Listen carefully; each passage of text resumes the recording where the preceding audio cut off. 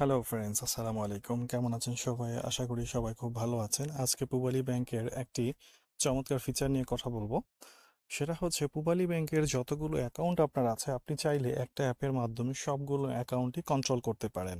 সেটা খুবই সহজ। আপনার যে কোনো ধরনের অ্যাকাউন্ট বলতে এখানে আমি current account, savings account, DPS account, loan account অথবা রিকারিং ডিপোজিট, অর্থাৎ পূবালী ব্যাংকের যত রকমের অ্যাকাউন্ট আছে আপনি চাইলে এই একটি অ্যাপের মাধ্যমে সবগুলো অ্যাকাউন্ট অ্যাড করে ব্যবহার করতে পারবেন। তো চলুন আমি ভিডিওটা দেখিয়ে দিচ্ছি কিভাবে আপনি এই বিষয়টা করবেন। তো আপনি ইতিমধ্যে দেখতে পাচ্ছেন আমার পূবালী ব্যাংকের পাই ব্যাংকিং অ্যাপের মধ্যে আমি লগ ইন করে আছি। এখন লগ ইন করার পর উপরে বাম পাশে যেই কর্নারে অপশন আছে মাই অ্যাকাউন্ট, এই মাই অ্যাকাউন্টে আপনি ক্লিক করবেন। আমি রেড সার্কেল করে রেখেছি। এই মাই অ্যাকাউন্টে যখন আমি ক্লিক করব আমাকে নতুন একটা ইন্টারফেসে নিয়ে আসবে। এখানে আপনারা দেখতে পাচ্ছেন যে আমার অলরেডি 3টা অ্যাকাউন্ট অ্যাড করা আছে।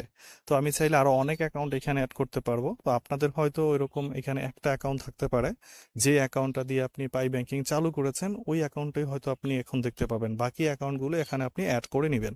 তো এর জন্য উপরে বাম পাশে দেখুন অ্যাড নিউ অ্যাকাউন্ট নামে একটা অপশন আছে। যদি আমি এই অ্যাড নিউ অ্যাকাউন্টে ক্লিক করি আমাকে কিছু টার্মস অ্যান্ড কন্ডিশন শো করবে। তো আপনার কাজ হচ্ছে নিচে এই I agree this terms and conditions, এখানে একটা টিক মার্ক করে দিবেন।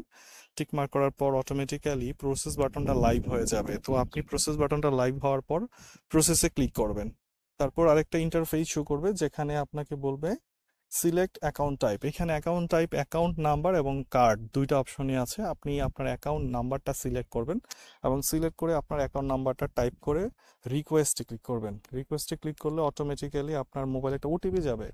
দেন ওই ওটিপিটা আপনার যে মোবাইলে দেওয়া ছিল ওটিপিটা সাবমিট করলে আপনার মোবাইলের যে অ্যাকাউন্ট নাম্বারটা আছে সেই অ্যাকাউন্ট নাম্বারটা এখানে অ্যাড হয়ে যাবে। এবং পরবর্তীতে আপনি যদি আবার অ্যাকাউন্ট স্টেটমেন্টে যান, সেই অ্যাকাউন্ট স্টেটমেন্টে গেলে আপনি দেখতে পাবেন যে আপনার ওই অ্যাকাউন্টটা এখানে অ্যাড হয়ে গিয়েছে। তো আমি এখানে দেখাচ্ছি যে পূবালী পেনশন স্কিম, অর্থাৎ এটা হচ্ছে একটা পিপিএস অ্যাকাউন্ট। তো পিপিএস অ্যাকাউন্টও কিন্তু চাইলে অ্যাড করা যায়। উপরে দেখুন savings account, Pubali pension scheme. তো আমার যতগুলো অ্যাকাউন্ট আছে এখানে আমি সবগুলোই অ্যাড করেছি। আপনিও চাইলে আপনার সবগুলো অ্যাকাউন্ট এখানে অ্যাড করে নিতে পারবেন।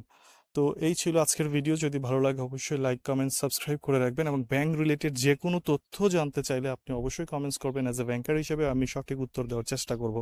ভালো থাকবেন সে পর্যন্ত। আসসালামু আলাইকুম।